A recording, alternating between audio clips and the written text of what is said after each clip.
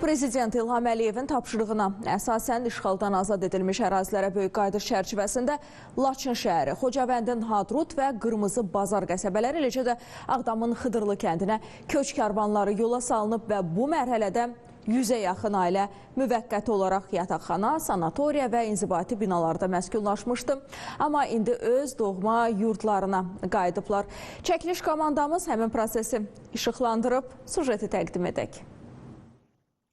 Laçın şəhərinə, Xocavənd rayonunun Qırmızı Bazar, Hadrut qəsəbələrinə və Ağdam rayonunun Xıdırlı kəndinə növbəti köç karvanı yola salınıb. 3 rayonun 4 yaşayış məntəqəsinə 57 ailə, 230 nəfər köçürülür. Belə ki, Laçın şəhərinə 17 ailə, 69 nəfər, Xocavənd rayonunun Qırmızı Bazar qəsəbəsinə 18 ailə, 90 nəfər, Hadrut qəsəbəsinə 6 ailə, 26 nəfər, Ağdam rayonunun Xıdırlı kəndinə isə 16 ailə, 45 nəfər yola salınıb. Keçmiş məcburi köçkünlər Respublikanın müxtəlif yerlərində, əsasən yataqxanalarda, sanatoriyada və inzibati binalarda müvəqqəti məskunlaşmış ailələrdir. Doğma yurda qayıdan sakinlər öz təəssüratlarını bölüşərək bugünü yaşadıkları üçün böyük sevinç hissi keçirdiklərini dedilər.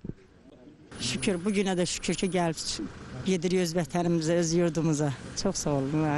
Elə gələndə də 5 idi, indi elə uşaqlarım ikisi qalıb, qaranı qaparıq gedir. Çox pis vəziyyətdə çıxmışıq oradan.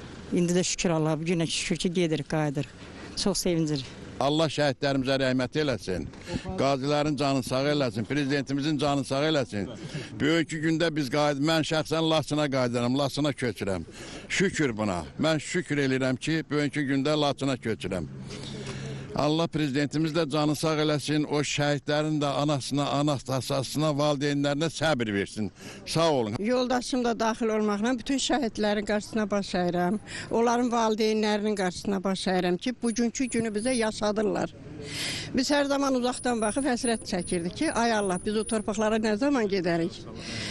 Bütün şəhidlərin ailələri qarşısına baş əyirəm, qazilərin ailələri qarşısına baş əyirəm. Çox əziyyət çəkirlər, çox ağrıyırlar, çox canlarını itiriblər də. Biz onlara borçluyuq. Bugünkü günü biz prezidentimizin fəaliyyətinə borçluyuq, siyasətinə borçluyuq.